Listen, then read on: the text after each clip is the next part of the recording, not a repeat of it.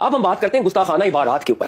دیکھیں بات یہ ہے, دنیا میں کسی بھی کتاب میں کوئی عبارت لکھ دی جائے اور کتاب ہو 1000 سال پرانی, تو میں آج کا ریڈر ہوں, تو میں جیسی کتاب کھولوں گا تو کیا میں فوری طور پہ یہ کہہ دوں گا کہ یہ اس آتھر کی یہ سٹیٹمنٹ ہے؟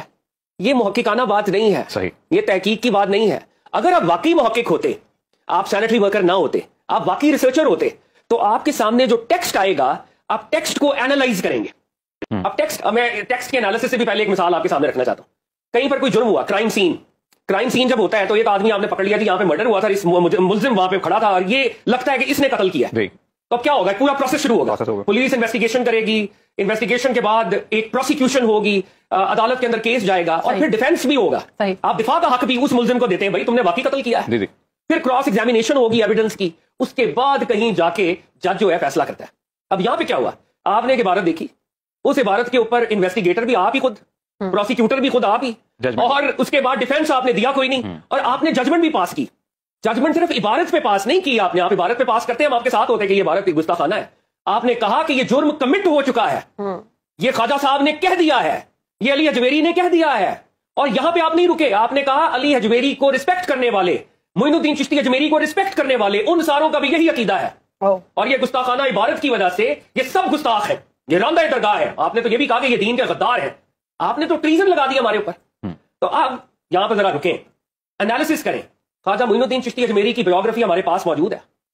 ایک عبارت آپ کے سامنے آتی ہے, عبارت گستاخانہ ہو سکتی ہے, 99 دوسری عبارات اسی کتاب میں موجود ہے, جس میں توحید کی بات ہے, جس میں ختم نبوت کی بات ہے, جس میں اہل بیت سے محبت کی بات ہے, جس میں صحابہ کی پیروی کی بات ہے.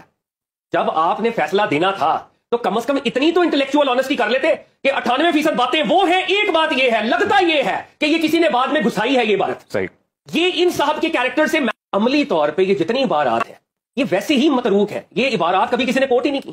اگر یہ عبارات, میں جیسے ایک خاص عبارت کی کانٹیکس میں بات کرتا ہوں, اگر یہ عبارت درست ہوتی تو خواجہ قطب الدین بختیار کاکی جو خواجہ معین الدین چشتی کے مرید تھے وہ بھی اس عبارت کو دہراتے, بابا فرید الدین بھی دہراتے, نظام الدین اولیاء بھی دہراتے. اس برے صغیر پاک و ہند میں خواجہ معین الدین چشتی اجمیری سے محبت کرنے والے کروڑوں لوگ موجود ہیں, وہ اس عبارت کو دہراتے. عملی طور پہ یہ عبارت مسلمانوں کی, صوفیوں کی کلیکٹیو میموری میں ایگزسٹ ہی نہیں کرتی. نہ وہ اس عبارت کو جانتے ہیں, نہ وہ اس لٹریچر کو کوئی بہت زیادہ گلوریفائی کرتے ہیں. آپ نے اس عبارت کو نکالا اور آپ نے کہا یہ ہے معین الدین چشتی اجمیری. عملی طور پہ تو آلریڈی وہ عبارات ترک شدہ ہیں, ان کے پر تو کوئی بات ہی نہیں کر رہا. بھائی حدیث کا لٹریچر ہے, حدیث کے لٹریچر میں ساستہ ہے, ساستہ کے باہر بھی کتابیں ایگزسٹ کرتی ہیں, ضعیف حدیثیں بھی ہوتی ہیں, بہت سی حدیثیں ہیں جو موضوعات ہیں, فیبریکیشنز ہیں, وہ آج بھی ایگزسٹ کرتی ہیں, ضعیف حدیثیں بھی ایگزسٹ کرتی ہیں. بہت سی حدیثیں ایسی ہیں جو میں پبلکلی بیان نہیں کر سکتا, ہمارے ٹیکسٹ کے اندر کہیں نہ کہیں وہ موجود ہے, لیکن عملی طور پہ ان کا حکم منسوخ ہے, کوئی انہیں فالو نہیں کرتا. تو یہی یارڈ سٹک اپنے لیول پر, یہی ڈیفینس اپنے لیول پر ہم نے صوفیوں کو دینا تھا. اب دیکھیں آپ نے کیا مقدمہ بلڈ کیا, آپ نے کہا جی صوفی جو ہیں وہ اپنے ناموں کے کلمے پڑھاتے تھے اور وہ اپنے ناموں کے حوالے سے کوئی مذہب لے کے آئے تھے. دنیا میں جب بھی کوئی آئیڈیالوجی کسی نے پریزنٹ کرنی ہوتی ہے تو عملی تواتر بتاتا ہے کہ یہ کس سورس سے آ رہی ہے. پروفیٹ صلی اللہ علیہ وسلم قرآن لے کے آئے, قرآن عملی تواتر سے ٹرانسمٹ ہو رہا ہے. حضرت ابو بکر نے کیا, حضرت عمر نے کیا, حضرت عثمان نے کیا, مولا مرتضیٰ نے کیا, ائمہ اہل بیت نے کیا, قرآن ٹرانسمٹ ہو رہا ہے. اگر کوئی شخص اپنے نام کا نعوذ باللہ کلمہ پڑھاتا پھر وہ عملی تواتر سے آگے ٹرانسمٹ بھی تو کرتا کہ تم بھی یہ آگے بتانا, تم بھی یہ آگے بتانا, تم بھی یہ آگے بتانا.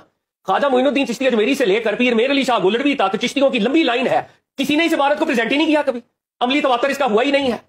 مطلب آپ جہلم کے اسکاٹ لینڈ یارڈ میں خود ہی انویسٹیگیشن کریں, خود ہی پروسیکیوشن بنے, ڈیفینس آپ دیں نہیں, اور آپ کی تحقیق کا یہ لیول ہے کہ جو عبارت آپ کے سامنے آتی ہے وہ چاہے ڈوبیس آتھرشپ والی ہو, آپ کہتے ہیں اسی آتھر کی ہے.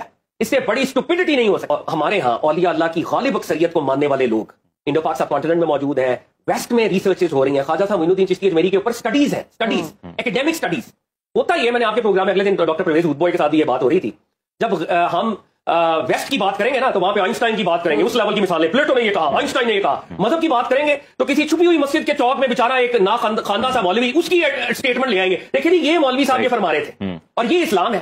اور بھائی اسلام, اگر آپ اسپرچولیٹی کو پڑھنا چاہتے ہیں اور آپ ویسٹ سے بڑے انسپائرڈ ہیں تو حسین نصر کو پڑھ لیتے, مارٹن لنکس کو پڑھ لیتے, شیخ ابو بکر جن کا اسلامی نام ہے, آپ الیگزینڈر نیش کو پڑھ لیتے, آپ این میری شمل کو پڑھ لیتے. اتنے اسکالرز ہیں جنہوں نے ایکیڈیمک سٹڈیز کی ہیں, کریڈیبل سٹڈیز. میں ایک دن لے کے آؤں گا, ویسٹ نے جو کتابیں چھاپی ہیں کریٹیکل سٹڈیز, وہ آپ لے کے نہیں آتے. اور سوشل میڈیا کے اوپر ڈی خان کے کسی کونے میں ایک مسجد میں ایک بندے نے یہ کرامت اگر بتا دی, آپ نے سوشل میڈیا پر لگا کے کہا یہ اے لوگ یہی کہتے ہیں. میں کتابوں کے حوالے سے آپ ہی بات بتا دوں, پرانے وقتوں میں ہاتھ سے کتابیں لکھی جاتی تھیں. اب ایک کتاب شیخ علی بن عثمان اجمیری نے لکھی, اب کسی نے اس کو کاپی کرنا ہے تو ایک کاتب آیا, کاتب پروفیشنل کاتب ہے, وہ اس میں کوئی فوٹو اسٹیٹ مشین نہیں ہے, فوٹو کاپی مشین نہیں ہے, وہ کاتب نے اس کو دیکھ کے نقل بنائی.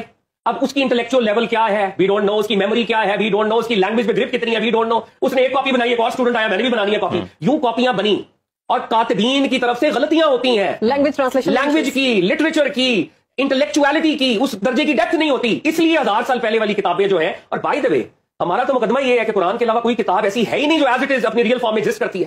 قرآن کے علاوہ دنیا کی کوئی کتاب ایسی نہیں ہے جو اپنی ایگزیکٹ نیچر کے ساتھ موجود ہو. اور آپ کے پروگرام میں نے ایک دفعہ پہلے کہا تھا, میں اپنے آرگومنٹ کو دوبارہ دوہرا رہا ہوں, آئنسٹائن کی باتیں کرتے ہیں اور آپ یہ کہیں جس کو نیوٹن کے 3 لاز آف موشن نہیں آتے تھے. علی اجویری ہزاروں کلومیٹر سے آئے ہیں, اسلام کو پھیلا رہے ہیں یہاں پہ, اور آپ انہیں کہیں انہیں توحید کا نہیں پتا تھا, انہیں ختم نبوت کا نہیں پتا تھا. وہ کوئی اپنا کلٹ لے کے آئے علی اجویری, وہ کیا کر رہے تھے یہاں پہ؟ اور مجھے یہ بھی آپ بتائیں, یہ بوجھ آپ کے اوپر ہے کہ صوفیاء کے علاوہ کس نے اسلام کو پھیلایا ہے؟ آپ مغلوں کو گلوریفائی کرتے ہیں, جی میں مغلوں کا ایئر ہوں, تو اکبر بادشاہ نے اسلام پھیلایا, وہ تو دین الہی پھیلا رہا تھا یہاں پہ, وہ تو ہندوازم پھیلا رہا تھا. یہاں پہ کس نے اسلام پھیلایا ہے؟ اولیاء اللہ کے سلسلے نے پھیلایا ہے.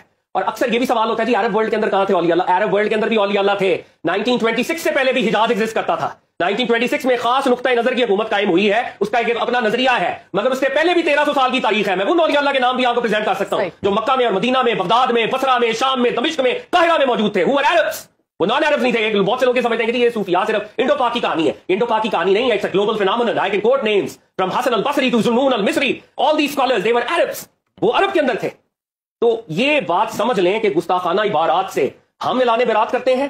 ان اولیاء اللہ کا بھی یہ عقیدہ نہیں تھا. کوئی ولی ایسا نہیں ہے جو اپنے نام کا کلمہ پڑھا